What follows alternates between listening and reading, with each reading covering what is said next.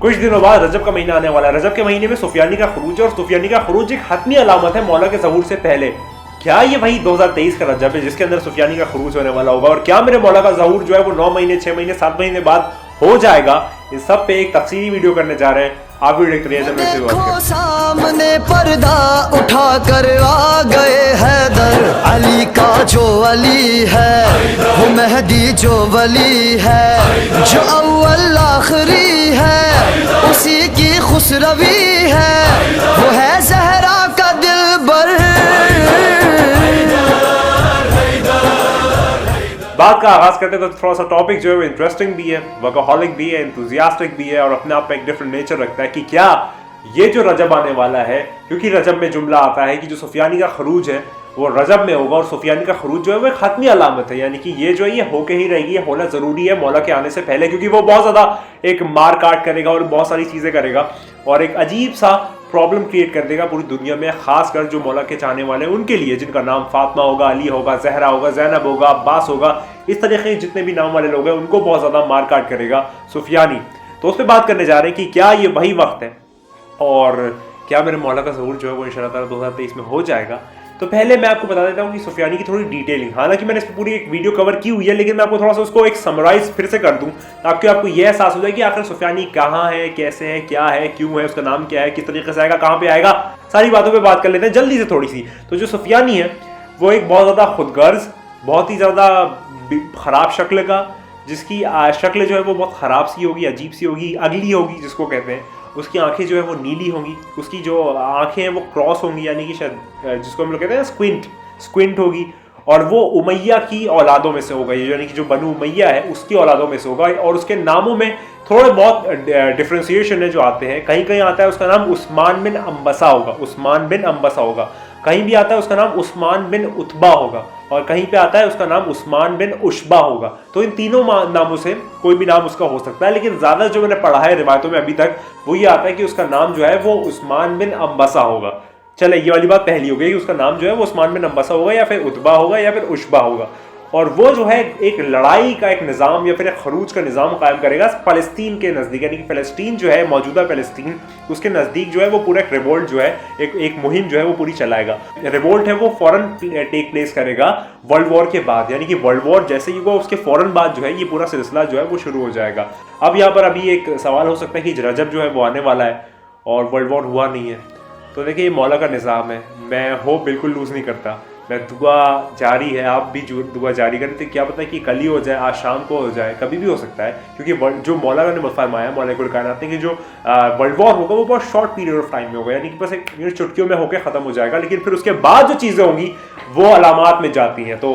मौला बेहतर जानते हैं। तो खैर उसका जो पूरा खरूज है वो वर्ल्ड वॉर 3 के फ़ौरन बाद या वर्ल्ड वॉर के फ़ौरन बाद जो है वो शुरू हो जाएगा। यहाँ पर मौला फरमाते हैं कि जो उसके सोल्जर्स होंगे, यानी कि उसके जो साथी होंगे, वो बहुत ज़्यादा क्रूअल होंगे, बहुत ज़्यादा पत्थर दिल होंगे, और वो लोग खून के प्यासे होंगे, खासकर शियाने हैदर कर्रार, यानी कि मौला कुल कायनात के चाहने वालों के। उसके बाद यहाँ पर फरमाते हैं कि कुछ यहूदी जो है 70,000 के करीब यहूदी उसको ज्वाइन कर लेंगे, और जो भी उसको ज्वाइन करेंगे वो सारे के सारे हरामजादे होंगे, बास्टर्ड्स होंगे, यहाँ पर वो जुमला आता है। उसके बाद मौला फरमाते हैं कि जो कायम आले मोहम्मद का ज़हूर है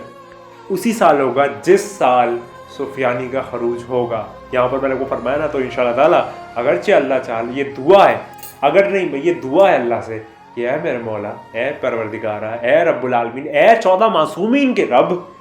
कि तेरे आखिरी का ज़हूर इसी साल हो, ये दुआ करते हैं, क्योंकि ये वाली जो हतमी अलामत है, तो इंशाअल्लाह ताला रजब के महीने में सुफियानी का ज़हूर हो जाता है, इंशाअल्लाह ताला दुआ करते हैं। तो फिर साहब ज़मान नरगिस चश्मान यूसुफ ज़हरा अबा साहले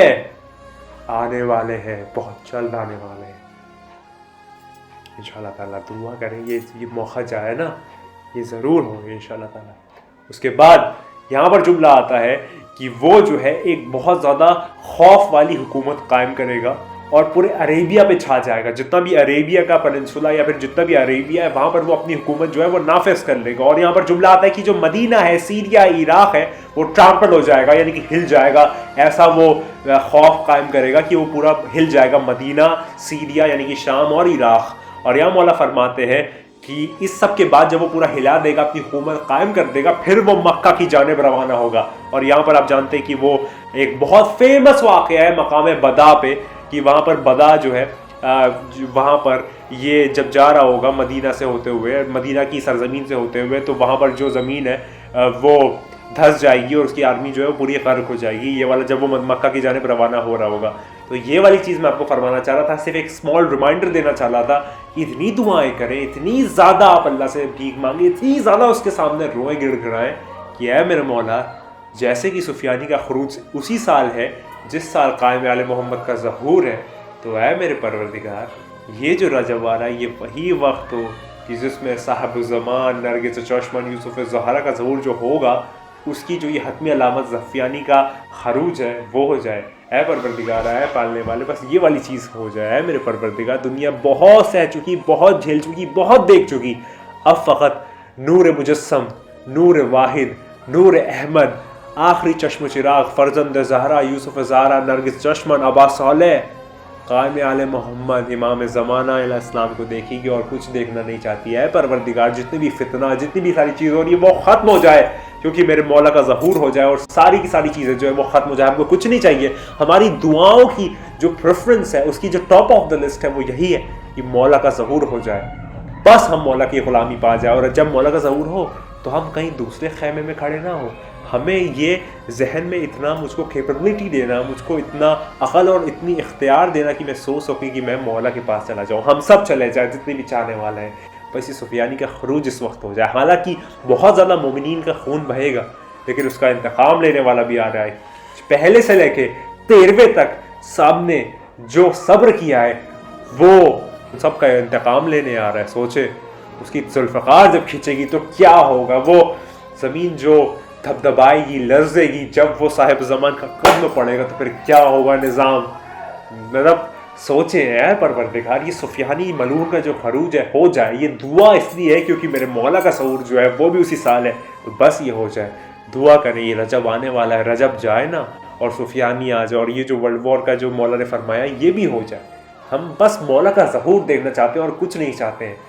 بس مولا آ جائے، بس مولا آ جائے، بس مولا آ جائے۔ دعا کیجیے یہ سفیانی ملعون کا خروج ہو اور میرے مولا کا ظہور ہو، اور پھر یہ پورا یہ نظام جو ہے یہ میرے مولا کا ہے۔ مولا باطنی طور پہ چلا رہے ہیں، مولا پھر ظاہری طور پہ چلائیں گے، ہم سب ان کی غلامی پا جائیں۔ یہ کیا دنیا کا نظام ہے، سب ختم ہو جائے، ہمیں اس کی ضرورت نہیں ہے۔ ہم فقط اور فقط اپنے مولا کی بادشاہی چاہتے ہیں، ظاہری طور پہ، باطنی طور پہ تو ہمیشہ سے ہے اور ہمیشہ تک رہے گی۔ بس میرے مولا آ جائے اور کچھ نہیں چاہیے۔ تو یہ جو رجب کا مہینہ آ رہا ہے، جنوری کا آخری حصہ اور فروری کا کچھ حصہ رجب کا مہینہ رہے گا، بس دعا کریں کہ یہ وہی وقت ہو جس میں کل کی افطار، ساشویان، میتھلیہ یا صاحب الزمان نرگس چاشمان یوسف زہرا ابا صالح امام مہدی علیہ السلام جو ہے وہ آ جائے۔ ہمیشہ ایک ہی بات کہوں گا کہ تو نہیں ہے، کوئی نہیں ہے، ہم کچھ نہیں ہے، ہماری کوئی بھی ساتھ اور اوقات نہیں ہے، بس وہی ہے۔ خدا کو یاد کرو یار، خدا کو یاد کرو۔ خدا حافظ۔